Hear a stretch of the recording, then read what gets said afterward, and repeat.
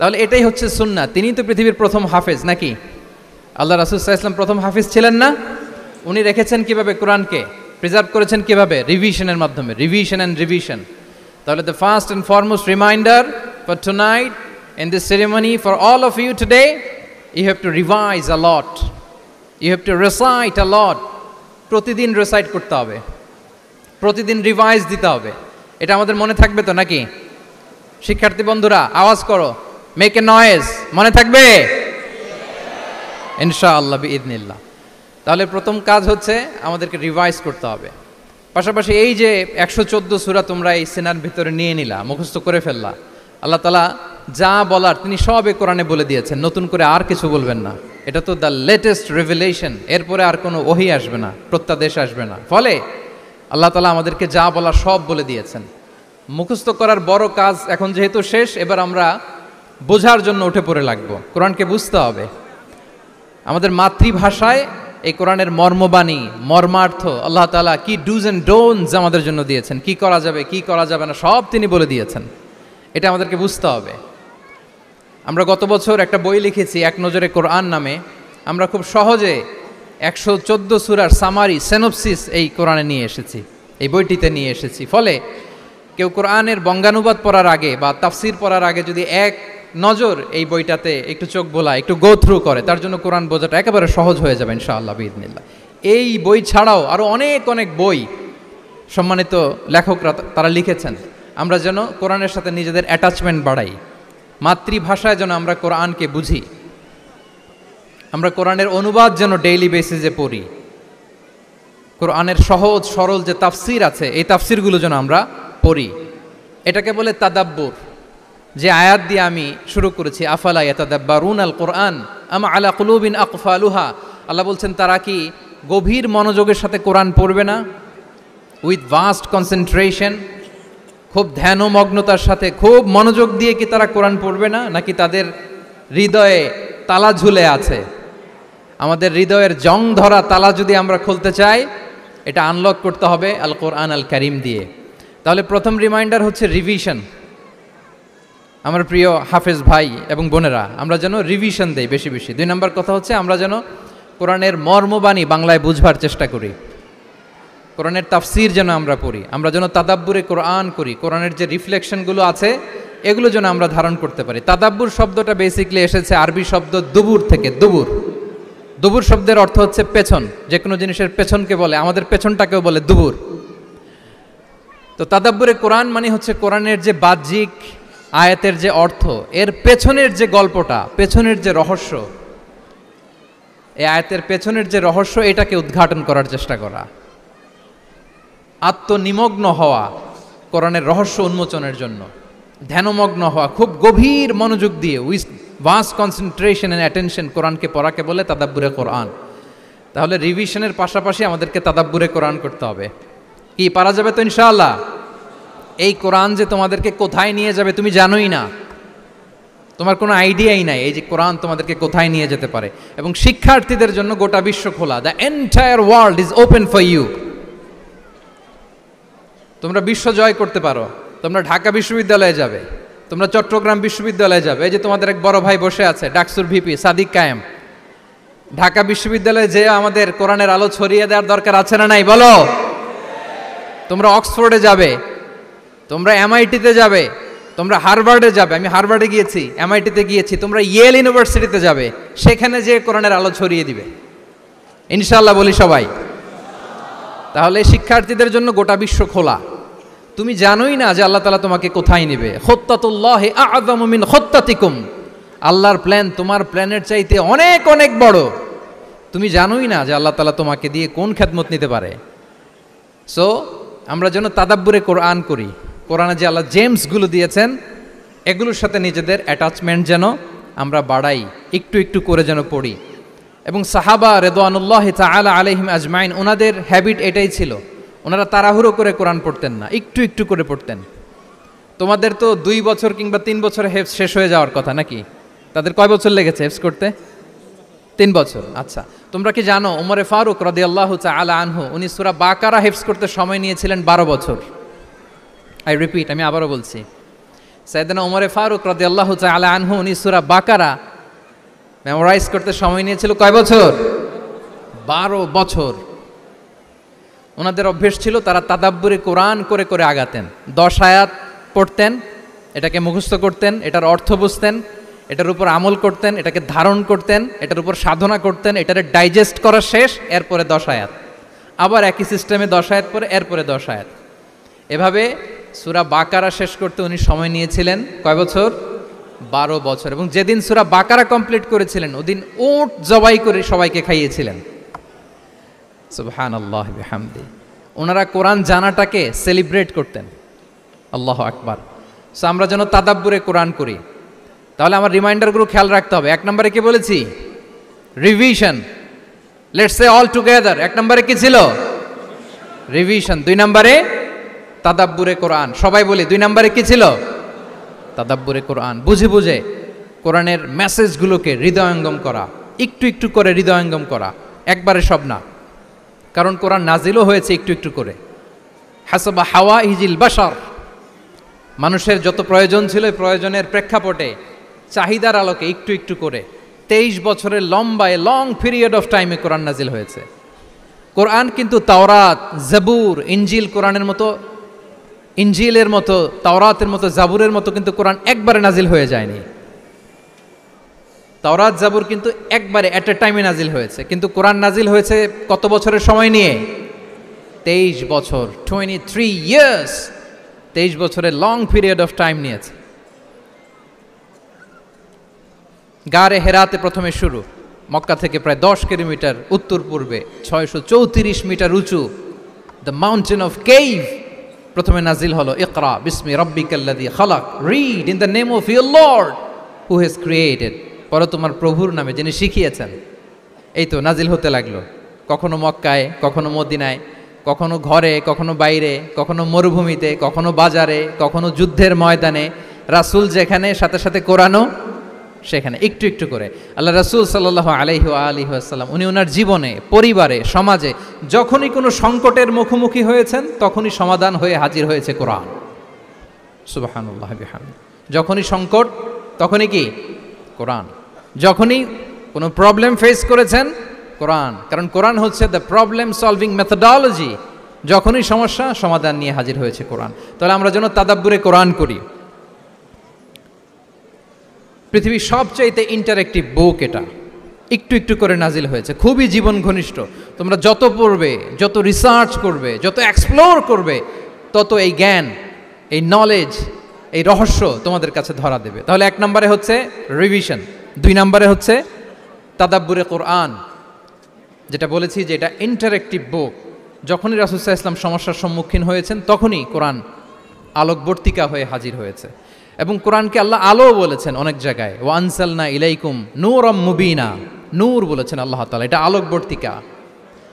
কিতাবুন আনসালনাহু ইলাইকা লিতুখরিজান নাসা মিনাজ যুলুমাতি ইলান নূর, অন্ধকারাচ্ছন্ন মানুষগুলোকে আলোর পথে নেয়ার জন্য আল্লাহ তাআলা এই কিতাবকে পাঠিয়েছেন, ক্রাইটেরিয়ান করে পাঠিয়েছেন।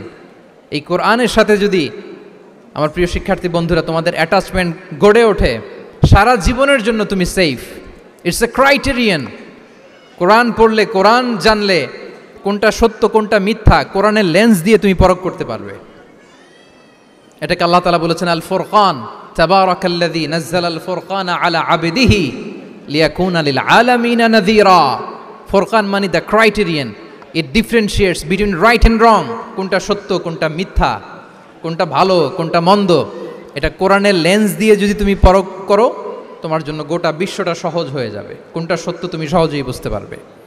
তাহলে আমরা ডেইলি বেসিসে রিভিশন দিব, আমরা কোরআনের সাথে নিজেদের অ্যাটাচমেন্টকে বাড়াবো। রেগুলার বেসিসে আমরা তাদাব্বুরে কোরআন করব।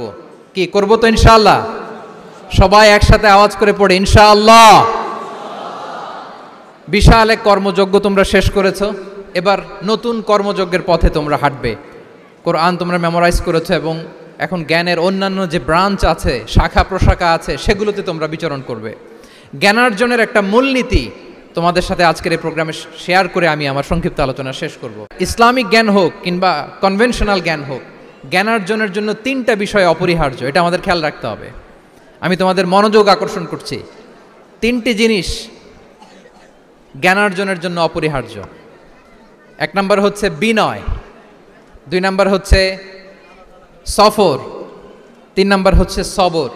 আই রিপিট, আমি আবারও বলি, জ্ঞানার্জনের জন্য 3টা জিনিস লাগে। এটা যে কোনো জ্ঞান হোক, লাগবেই, ইটস এ মাস্ট, কম্পালসারি। 1 নম্বরে হচ্ছে বিনয়, 2 নম্বরে সফর, 3 নম্বরে সবর। এবার আমি জিজ্ঞেস করি, তোমাদের মুখ থেকে আমি শুনতে চাই, বলো জ্ঞানার্জনের জন্য অপরিহার্য বিষয় কয়টা? 1 নম্বরে বিনয়, 2 নম্বরে সফর, 3 নম্বরে সবর। এই 3টাই লাগবে। বিনয়ী হইতে হবে, ডাউন টু আর্থ হইতে হবে। বিনয়ী না হলে, মুতাওয়াদি না হলে আল্লাহ তাআলা এলেমের নূর দিয়ে ওই ব্যক্তিকে ধন্য করেন না। বিনয়ী হইতে হবে। বলা যাবে না যে আমি সব শিখে ফেলছি, আমি সব জানি, আসলে কিছুই জানি না, আসলে কিছুই জানি না। অনেক পড়াশোনা করার একটা বড় সুবিধা হচ্ছে আমি যে কিছুই জানি না এটা জানা যায়। যারা অনেক পড়াশোনা করে, গভীর জ্ঞান অর্জন করে, অনেক পড়াশোনা করার একটা বড় ফায়দা হচ্ছে যে এটা জানা যায় সব শেষে যে আমি কিছুই জানি না। আবুন নাওয়াস একটা চমৎকার কবিতা লিখেছেন। উনি বলেছেন, ফাকুল্লিমা ইয়াদদাঈ ফিল ইলমি ফালসাফাতান হাফিজতা শাইআন ওয়া গাবাত আনকা আশিয়াউ। যে বলে যে আমি সব জানি, তুমি তার বৃদ্ধাঙ্গুলি দেখিয়ে বলা তুমি কিছুই জানো না, তুমি অল্প কিছু জেনেছো। মহাবিশ্বের অনেক রহস্য তোমার কাছে এখন অধরা, এখনো অধরা, অজানা। ওয়া ফাওকা কুল্লি যী ইলমিন আলিম। জ্ঞানীর উপরও জ্ঞানী আছে, জাননেওয়ালার উপরও জাননেওয়ালা আছে। তাহলে বিনয় যেন আমাদের পোশাক হয়, আমরা যেন বিনয়ী হই। আমরা যার কাছ থেকে নলেজ নিব, ইলম নিব, তার কাছে বিনয়ী হইতে হবে। যেই পাত্রে পানি ঢালবো এটা থাকবে নিচে, আর যেই গ্লাস থেকে ঢালা হবে ওইটা থাকে উপরে। মুসা আলাইহিস সালাম একবার বনি ইসরাইলের মাঝে আলোচনা করছিলেন। হঠাৎ এক লোক বলে যে, ইয়া নবী আল্লাহ, মান আ'লামু ফিল আরদ, বর্তমান পৃথিবীতে সবচেয়ে বড় জ্ঞানী কে? তো মুসা আলাইহিস সালাম খুব বেশি ভাবনা চিন্তা না করে বলে ফেললেন, আনা, আমি সবচেয়ে বড় জ্ঞানী। এটা ভুল বলেন নাই, কারণ যাকে আল্লাহ তাআলা ওহির জ্ঞানে ধন্য করেন তিনিই তো সবচেয়ে বড় জ্ঞানী। আনা, আমি সবচেয়ে বড় জ্ঞানী। তো আল্লাহ তাআলা এই রেসপন্সটা, এই আনসারটা পছন্দ করেন না। আল্লাহ তাআলা চাচ্ছিলেন মুসা আলাইহিস সালাম যদি বলতো যে আল্লাহই ভালো জানে, বা আল্লাহু আ'লাম, আল্লাহই সবচেয়ে জ্ঞানী, এটা আল্লাহ পছন্দ করতেন। তো উনি যখন বলে ফেলছেন আমি, আল্লাহ বলে, না মুসা, তুমি যে বলে ফেললে আমি সবচেয়ে বড় জ্ঞানী, তুমি তো সবচেয়ে বড় জ্ঞানী নও, তোমার চেয়েও বড় জ্ঞানী আছে। শুনে তো মুসা আলাইহিস সালাম অবাক, কি আমার চেয়েও বড় জ্ঞানী কোথায়? আল্লাহ বললেন, ইযহাব ইলা মাজমাইল বাহরাইন, 2 সাগরের মিলনস্থলে যাও, ওখানে আমার এক বান্দা আছে ইসমুহু খাদির। ওই খাদির, যারে আমরা বাংলায় খিজির বলি আর কি, এই খিজির তোমার চেয়েও জ্ঞানী। আল্লাহু আকবার। আপনারা সূরা কাহফের তাফসীর পড়লে জানতে পারবেন। গেলেন, নৌকার মধ্যে বসা, হঠাৎ একটা চড়ুই পাখি এসে সাগরের পানি খাচ্ছে। অনেক, to make the long story short, বড় স্টোরিকে আমি ছোট করে বলছি। 2 জন নৌকায় বসা, একটা চড়ুই পাখি এসে সাগরের পানি খায়। তো খিজির আলাইহিস সালাম বললেন, মুসা, চড়ুই পাখিটা দেখতে পাচ্ছ? মুসা আলাইহিস সালাম বললেন, হ্যাঁ দেখতে পাচ্ছি। চড়ুই পাখি যে পানি খেলো এইমাত্র, এটা দেখেছো? হ্যাঁ দেখেছি। পানি খাওয়ার কারণে চড়ুই পাখির চঞ্চুতে, মানে ঠোঁটে যে একটু সাগরের ছিটে ফোটা পানি লেগেছে, দেখেছো? মুসা আলাইহিস সালাম বললেন, হ্যাঁ দেখেছি। তো খিজির আলাইহিস সালাম বললেন, এই যে সাগর থেকে, মহাসাগর থেকে পানি খাওয়ার কারণে চড়ুই পাখির ঠোঁটে সামান্য সাগরের ছিটে ফোটা পানি যতটুকু ঠোঁটে লেগে আছে, এটা হচ্ছে তোমার, আমার আর মহাবিশ্বে আমরা যারা আছি সবার জ্ঞান। আর এই পড়ে থাকা মহাসাগরের পানি হচ্ছে আল্লাহর জ্ঞান। চড়ুই পাখির ঠোঁটে লাগা পানি তোমার, আমার আর পৃথিবীর সবার, আমাদের যে জ্ঞান আল্লাহ দিয়েছেন এটা। আর মহাসাগরের পানিগুলো কার জ্ঞান? ওয়ামা উতিতুম মিনাল ইলমি ইল্লা কালিলা। আল্লাহ বলেন, একেবারে একেবারে ভেরি লিটল, যত সামান্য জ্ঞান দিয়ে আমি তোমাদেরকে দুনিয়ায় পাঠিয়েছি। এজন্য আমি সব জানি, এটা আজকে থেকে আমরা আর বলবো? আমার শিক্ষার্থী বন্ধুরা নয়েজ করো, বলো আমরা বলবো আল্লাহু আ'লাম। আল্লাহ ভালো জানেন। সাহাবাদের এই বৈশিষ্ট্য ছিল, ওনারাও বলতেন আল্লাহু ওয়া রাসূলুহু আ'লাম, আল্লাহ এবং আল্লাহ রাসূল ভালো জানেন। এবং আমাদের ক্লাসিক স্কলারদের এই বৈশিষ্ট্যটা ছিল, অনেক প্রশ্নের উত্তর ওনারা দিতেন না। আমাদেরকে তো প্রশ্ন করলে আমরা হুটহাট উত্তর দিয়ে দিই। অন অ্যান অ্যাভারেজে 10টা প্রশ্ন করলে ইমাম মালিক এর মধ্যে অধিকাংশ প্রশ্নের উত্তরে বলতেন আনা লা আ'লাম, আমি জানি না। আমি জানি না এটা যখন আমরা বলতে শিখি তখনই বেসিক্যালি আমরা নলেজেবল হয়ে উঠি, জ্ঞানী হয়ে উঠি।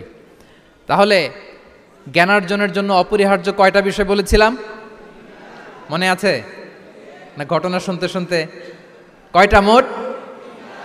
1 নম্বরে বিনয়। আমরা বিনয়ী হব। আওয়াজ করে বলি, আমরা কি হব? আমরা বিনয়ী হব।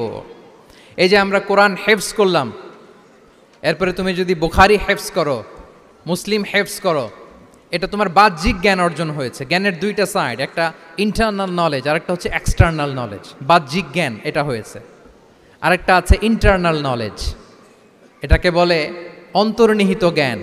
ইলমে লাদুন্নি ওয়া আল্লামনাহু মিন লাদুন্না ইলমা। এইটা শুধু কোরআন হেফজ করলেই হয় না, এটা কোরআন পড়ার পরে, হাদিস পড়ার পরে, এগুলোর উপর আমল করার পরে, বছরের পর বছর সাধনা করার পরে আল্লাহ তাআলা কোনো ব্যক্তিকে ইলমের নূর দেন। এটা এত সহজ না। আমরা এক্সটার্নাল নলেজ, বাহ্যিক জ্ঞান খুব সহজেই রিসিভ করতে পারি, কিন্তু ইন্টারনাল নলেজ, যেটা অন্তর্নিহিত জ্ঞান, যেটা তোমার দূরদৃষ্টি বাড়াবে, তোমার ফেরাসাত বাড়াবে, তোমার বিচক্ষণতা বাড়াবে, তোমার ফারসাইটেডনেসকে বাড়াবে, ওই অন্তর্নিহিত জ্ঞানের জন্য বছরের পর বছর সাধনা করতে হয়। সো আমরা যেন বিনয়ী হই, এটা হচ্ছে নাম্বার 1। 2 নাম্বার কি বলেছিলাম? সফর। ফানজুরু কাইফা কানা আকিবাতুল মুকাজ্জিবিন। আল্লাহ বলে সফর করো, সিরু ফিল আরদ, ট্রাভেল করো। ট্রাভেল করলে তোমার চোখ খুলে যাবে। তুমি যদি পেট্রাতে যাও, জর্ডানের পেট্রায়, তোমার চোখ খুলে যাবে। তুমি যদি ফেরাউনের লাশ দেখে আসো, তুমি অবাক হয়ে যাবে। তুমি যদি জর্ডানের ডেড সি ঘুরে আসো, তুমি অবাক হয়ে যাবে। 1000টা বই পড়ে তুমি ওই জ্ঞান অর্জন করতে পারবে না, যেই জ্ঞান তুমি ট্রাভেলিং করে অর্জন করতে পারবে। তাহলে ভ্রমণ করতে হবে। আর 3 নম্বরে কি বলেছিলাম? সবর, মানে হার্ড ওয়ার্কিং হইতে হবে। পরিশ্রমের কোনো বিকল্প নাই। There is no alternative to be hard working. কোনো বিকল্প নেই, হার্ড ওয়ার্ক তোমাকে করতেই হবে, এটাই সবর। এই 3টা প্রশিক্ষণই আল্লাহ তাআলা মুসা আলাইহিস সালামকে দিয়েছিলেন। লম্বা ঘটনা, তিনি খিজির আলাইহিস সালামের সাথে সফরও করেছেন, ওনার কাছে যে বিনয়ী হয়েছেন, তারপরে বারবার উনি ধৈর্যহারা হয়ে যাচ্ছিলেন, আল্লাহ ধৈর্যেরও পরীক্ষা নিয়েছেন। তাহলে বিনয়, সফর এবং সবর, এই 3টা জিনিস জ্ঞানার্জনের জন্য অপরিহার্য। এই ফিচারগুলো দিয়ে, এই ক্যারেক্টারিস্টিক্সগুলো দিয়ে যেন আল্লাহ তাআলা আমাদেরকে ধন্য করে। আমরা সবাই পড়ি আমিন। আমরা আল্লাহর কোরআনকে যেভাবে হৃদয়ে ধারণ করতে পেরেছি, আমরা যেন কোরআনের তাদাব্বুরের মধ্য দিয়ে, কোরআনের রিফ্লেকশনগুলোর সাথে নিজেদের অ্যাটাচমেন্ট বাড়ানোর মধ্য দিয়ে আলোকিত মানুষ হতে পারি। আল্লাহ তাআলা আমাদেরকে তৌফিক দান করুক।